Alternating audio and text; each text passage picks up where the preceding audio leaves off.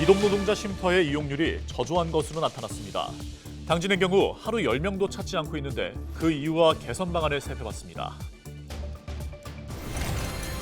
정부가 의대 정원 확대를 발표했지만 충남에서는 이번 계획에서 빠진 국립의대 설립을 촉구하는 목소리가 커지고 있습니다.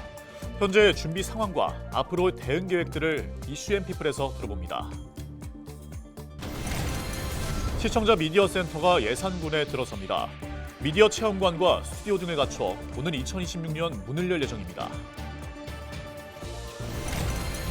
홍성 광천톡을 세우젓이 충남 첫 어업유산 지정 도전에 나섭니다. 국가 중요 어업유산으로 최종 지정되면 3년 동안 사업비 10억 원을 받게 됩니다.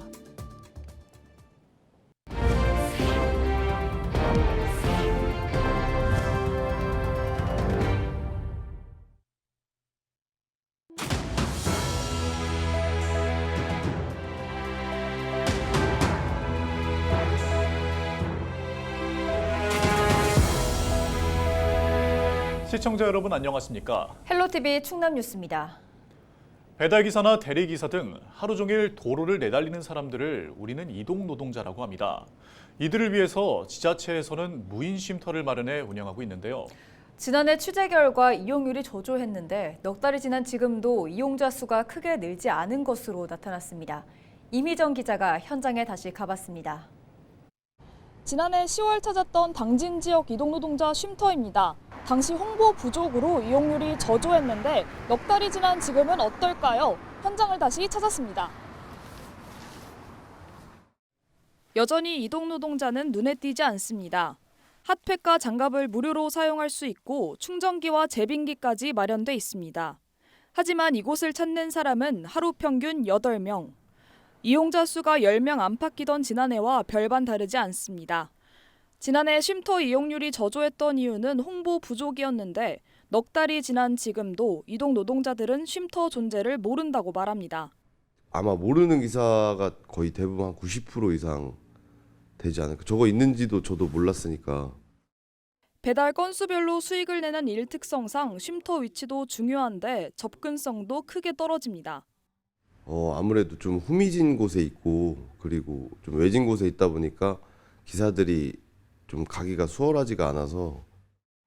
쉼터 위치상 배달이 잘 안 잡히는 지역이라는 겁니다.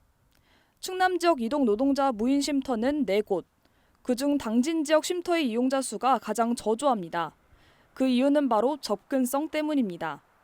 아산 지역 무인 쉼터의 경우 하루 평균 약 65명이 이용합니다. 유동인구가 많고 배달이 잘 잡히는 지역에 쉼터가 위치했기 때문입니다. 충남도는 건물 임차료 등을 이유로 대덕동의 쉼터 위치를 잡았다는 입장. 홍보 부족과 현장 상황을 파악하지 못한 탓에 쉼터가 제 역할을 못하고 있고 그 사이 임차료와 소모품비로 매달 약 100만 원이 나가고 있습니다. 향후에는 이 쉼터 취지에 맞게 현장 의견이 반영되고 더 많은 활발한 홍보가 있어서 이 쉼터에 많은 이용이 있었으면 좋겠습니다. 이동 노동자들 사이에선 자주 활동하는 지역에 간이 쉼터를 조성하는 등 실질적으로 쉴 수 있는 공간을 마련해야 한다는 목소리가 나오고 있습니다. 헬로티비 뉴스 이미정입니다.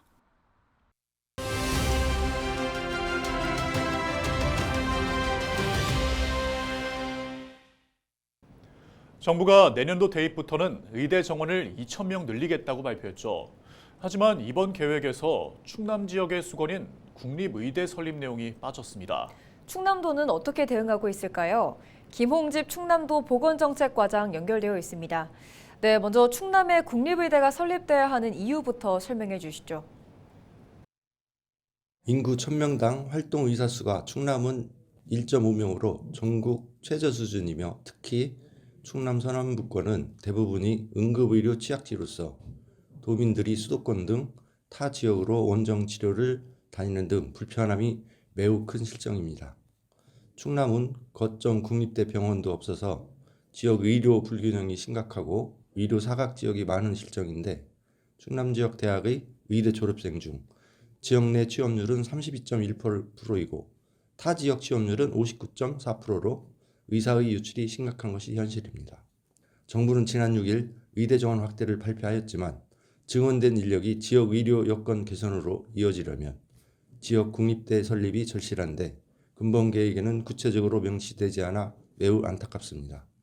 절박한 지역의 의료 현실을 타개하고 안정적인 의사 확보를 위해 충남도 내 국립의대 설립이 반드시 필요하고 절실한 상황입니다.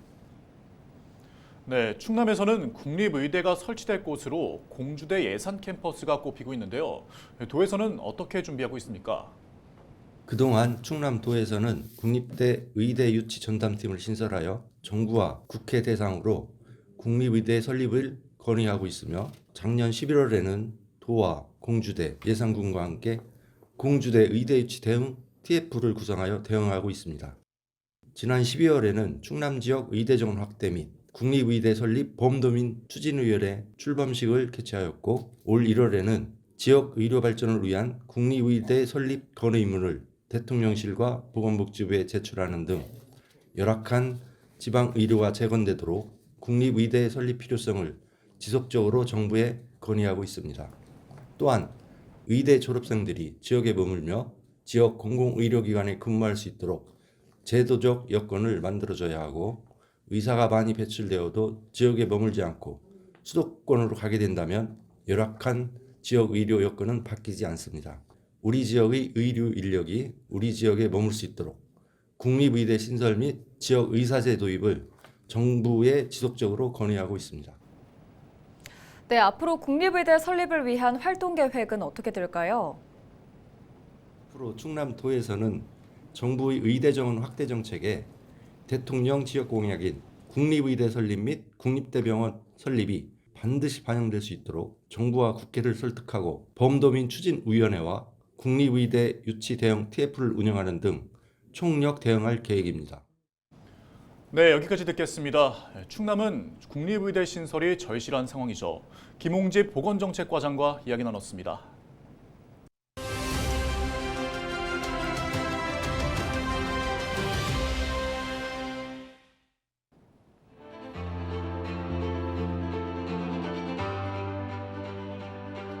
지방의회의 의정활동비 인상을 놓고 전국이 떠들썩합니다.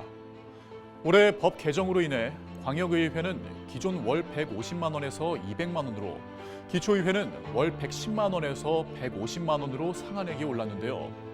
전국의 지방의회마다 최고 상한액까지 의정활동비를 인상하겠다는 움직임을 보이면서 적절성 논란이 제기되고 있습니다. 지방의원들은 의정활동의 전문성을 높이기 위해서는 의정비 현실화가 필요하다고 주장합니다. 20년간 동결된 활동비로는 자료 수집과 연구 활동은 물론 주민들 경조사 챙기기에도 부족하다는 겁니다. 또한 지방의회에는 20, 30대 젊은 의원들이 늘어난 상황인데 이들은 겸직 없이 활동하는 만큼 지원이 꼭 필요하다고 덧붙였습니다. 지방의회 의원들에게 전합니다. 의정활동비 인상이 꼭 필요하다면 해야겠죠. 하지만 자신의 주머니 채우기가 아닌 주민들의 더 나은 삶을 만들기 위한 선택인지, 그리고 그렇게 사용될 수 있는지 한 번 더 고민해 주시기 바랍니다. 지금까지 데일리 브리핑이었습니다.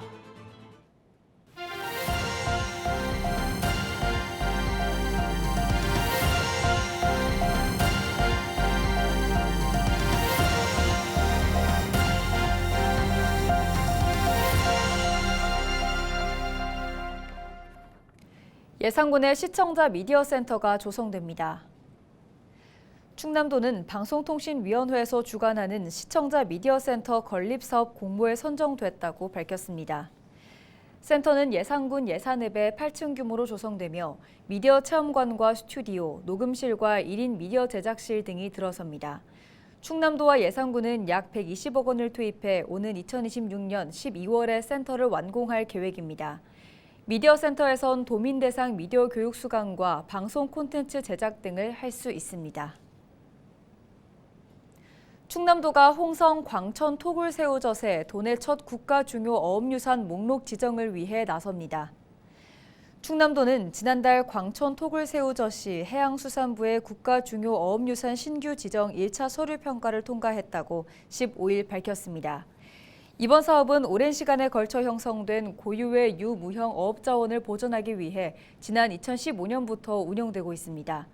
국가 중요 어업유산에 지정되면 3년 동안 10억 원의 사업비를 받게 됩니다.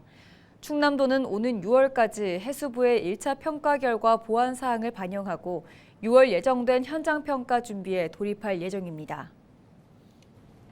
김태형 충남지사가 해외 시장 개척과 교류 협력 확대를 위해 15일 일본 출장길에 올랐습니다. 3박 4일 일정으로 일본 도쿄를 방문하는 김 지사는 16일 충남도 일본 사무소 개소식에 참석합니다. 일본 사무소는 투자 유치와 지방 외교 활성화의 거점으로 기업 지원과 해외 시장 개척, 관광객 유치 등을 맡게 됩니다. 이후 김 지사는 제1충청협회 신년 할애회에 참석한 뒤 다음 날 17일 충청 출신 기업인들과 간담회를 진행할 예정입니다. 충남도가 에너지를 절약하면 현금 또는 지역화폐로 포인트를 받을 수 있는 탄소중립 포인트제를 확대 운영합니다.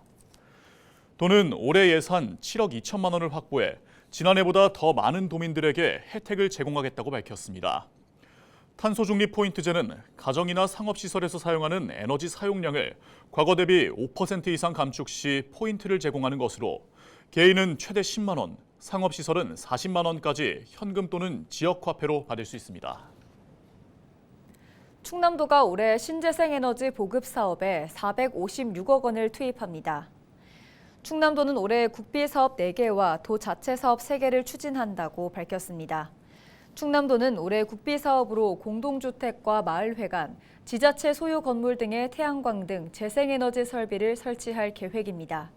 또 충남도 자체 사업으로는 경로당 130곳과 마을 2곳에 재생에너지 설비를 지원한다고 밝혔습니다.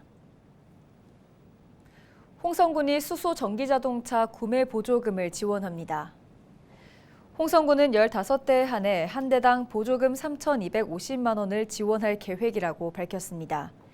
신청 대상은 신청일 기준 3개월 이전부터 홍성군에 주소를 둔 개인과 기업, 법인 등입니다. 홍성군은 예산 소진 시까지 보조금 신청을 받을 계획입니다. 충남도가 청년들의 구직 단념과 직장 적응 곤란으로 인한 조기 퇴사를 방지하기 위해 다양한 지원에 나섭니다. 도는 올해 고용노동부가 신규 사업으로 추진하는 청년 성장 프로젝트 공모에 최종 선정됐다고 밝혔습니다. 이에 따라 잦은 이직과 조기 퇴직, 장기간 미취업 등으로 심리적 소진 상태에 빠진 청년들에게 전문 상담을 제공합니다.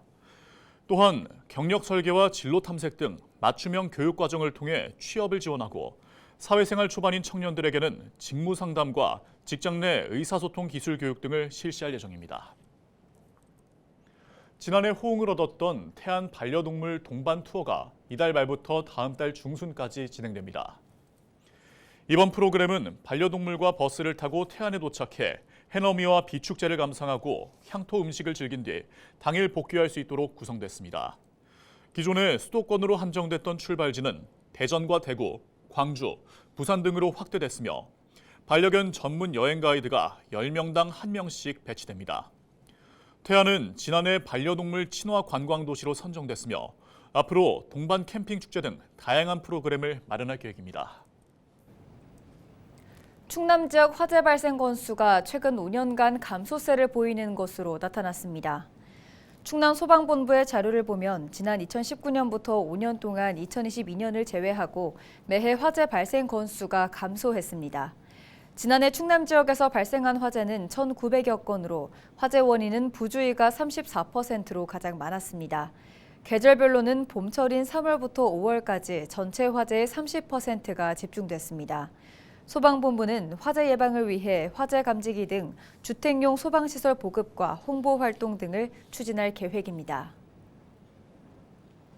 설 연휴 기간 예산시장에 12만 명이 방문했습니다.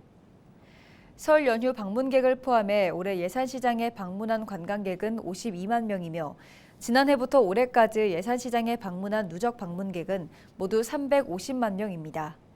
예산군은 휴게시설인 예산시장 오픈스페이스 조성 사업과 각종 축제 등을 통해 시장과 지역 활성화에 힘쓰겠다고 밝혔습니다. 이상으로 뉴스를 마칩니다. 저희는 언제나 지역민 여러분과 함께합니다. 시청해주신 여러분 고맙습니다.